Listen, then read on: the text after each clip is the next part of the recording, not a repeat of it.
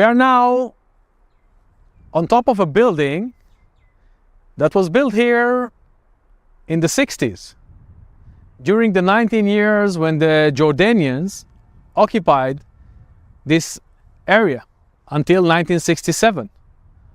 On this hilltop, overlooking the beautiful landscape that we see all around us, and by the way, we can see in front of us the site of Nabi Samuel, the traditional burial place of the prophet Samuel, where we've been before. And you see how this hilltop is overlooking the entire area.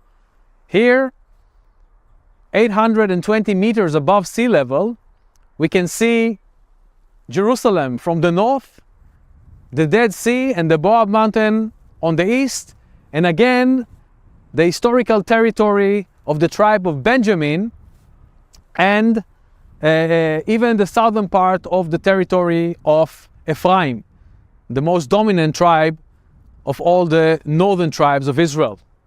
Here on this beautiful hilltop, King Hussein of Jordan planned to build his summer palace so he could spend night's vacation not far away from the Temple Mount in Jerusalem.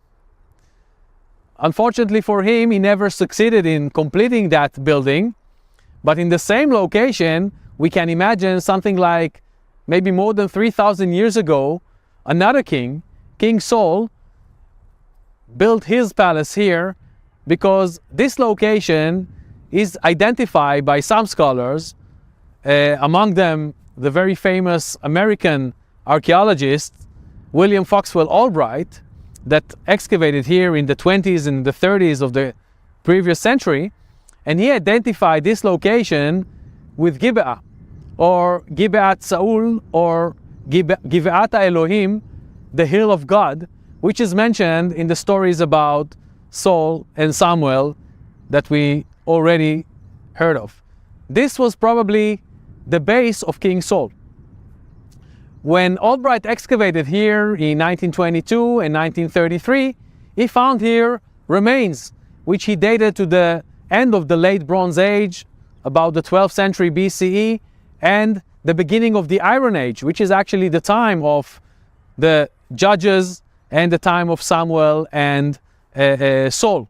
He even identified here a series of small citadels, which he believed were maybe the strongholds that were built here in this peak, which you can see how well it is controlling not only the entire area around us, but also the main road which crosses the central hill country from the area of Beersheba in the Negev until Samaria in the north, what is also known as the Road of the Patriarchs.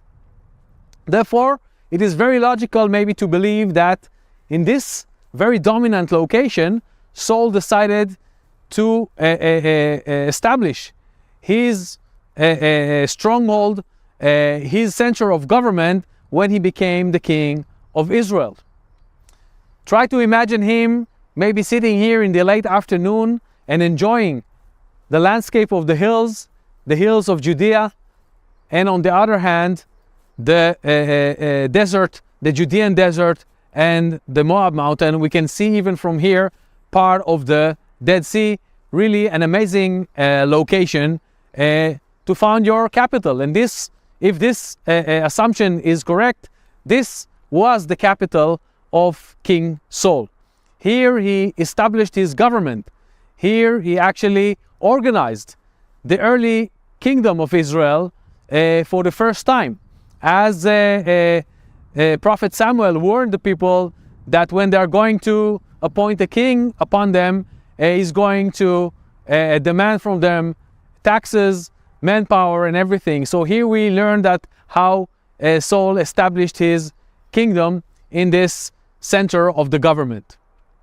This was also the place where the young boy from Bethlehem, which was found by the servants of Saul, was brought here, probably to the palace of Saul, and when the evil spirit was haunting him, in order to improve his situation, the talented young shepherd, David, was brought in order to play in front of the king and try to remove the evil spirit so he could continue to rule.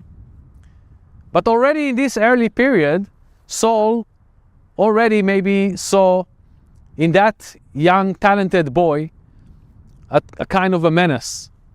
And maybe because of the impact of the evil spirit, 2 times when David was playing with the harp or the lyre in front of him,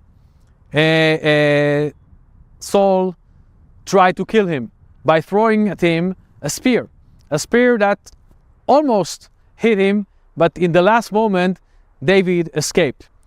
And at this point David knew that his presence in Saul's court is a great danger of him. And now he will start a series of escaping from the hands of Saul in the entire dominion of his kingdom, both here in the area of Benjamin, but especially more to the south and the east in the territory of the tribe from which David came, the tribe of Judah. So from here, we will actually follow David and go after him and his attempt to escape from the hands and the informant of Saul in the different settlements, villages and towns, until he had no choice but to leave the territory of the kingdom of Saul and to find refuge in the hands of Saul's enemies in Philistia and also in Transjordan. So follow me and we'll continue.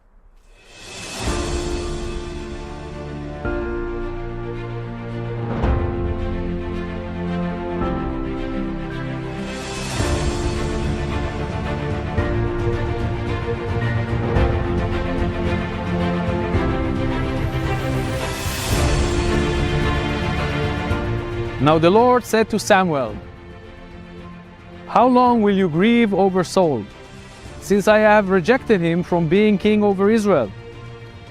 Fill your horn with oil and go. I will send you to Jesse the Bethlehemite, for I have selected a king for myself among his sons." We are now here in the outskirts of Bethlehem, north of the modern city. This is the hometown of the young shepherd, which was chosen by God to be the leader, the shepherd of all Israel.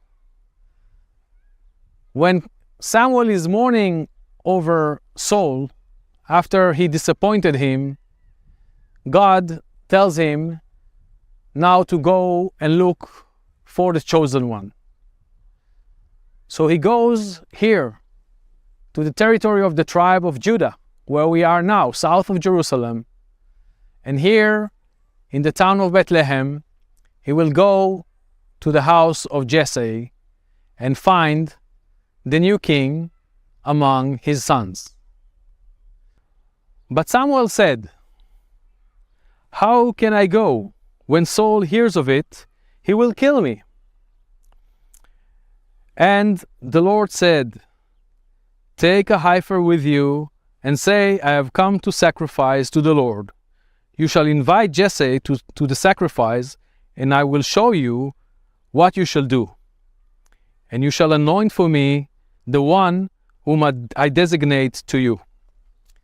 So Samuel arrives to Bethlehem, and he comes to the house of Jesse and asks to see his sons. Of course, Jesse is going to present him first the elder son, Eliab. And it is interesting that immediately when Samuel sees Eliab, he is very, very impressed. He is impressed of how tall this young boy, young man was looking like. As the text says, when they entered, he looked at Eliab and thought, "Surely the Lord's anointed is before him." But the Lord said to Samuel, "Do not look at his appearance or at the height of his stature, because I have rejected him. For God sees not as man sees. For man looks at the outward appearance, but the Lord looks at the heart.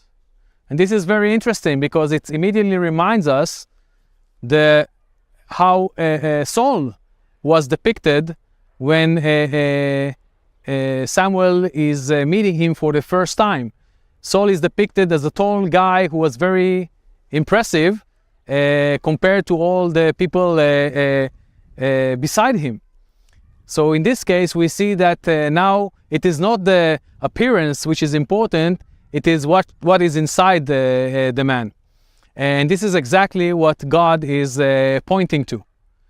So eventually, Samuel is examining the three elder brothers of the anointed one, of David. He looks at Eliab, and then Abinadab, and the last one, Shammah, but not one of them is the one that God is actually is referring to. And therefore, eventually, he's going to tell or ask, is there any other brothers among the one that were left? Then Samuel said to Jesse, are these all the children? And he said, there remains yet the youngest, and behold, he is tending the sheep. Then Samuel said to Jesse, send and bring him, for we will not sit down until he comes here. So he sent and brought him. Now he was ruddy, with beautiful eyes and a handsome appearance. And the Lord said, arise, anoint him, for this is he.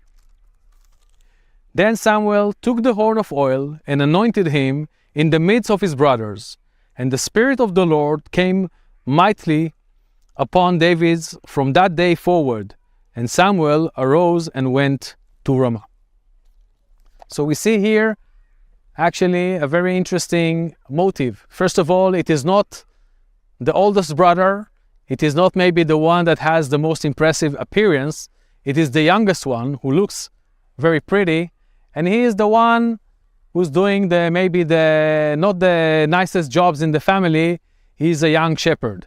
But this motive of a shepherd who is actually keeping the animals, the livestock of the family, the goats and the sheep, like the many shepherds that we can still see in this area surrounding Bethlehem, is going to be the one that is going to be the shepherd of all the people of God, the anointed one, King David. So while Saul is running after David, and David tries to find hiding places from the men of Saul, there is a very beautiful text in 1 Samuel chapter 22, which describes Saul's kingship when he's talking to his men. Then Saul heard that David and the men who were with him had been discovered. Now Saul was sitting at Gibeah, right here, under the tamarisk tree on the height, with his spear in his hand, and all his servants were standing around him. Really a majestic scene. Saul said to his servants who stood around him, hear now, O Benjaminites, will the son of Jesse, David, also give to all of you fields and vineyards? Will he make you all commanders of thousands and commanders of hundreds? For all of you have conspired against me, so that there is no one who disclosed to me when my son makes a covenant with the son of Jesse, and there is no one of you who is sorry for me or discloses to me that my son has stirred upon my servants against me to lie in ambush, as it is this day. So here, in the palace of King Hussein of Jordan, the place which is identified as Gibeah of Saul, his capital in the territory of his tribe Benjamin, we can learn how he actually established his kingship, relying on the people from his own tribe, from the Benjaminites that were living in the settlements that were here in the landscape which surrounds us on Tel El Ful.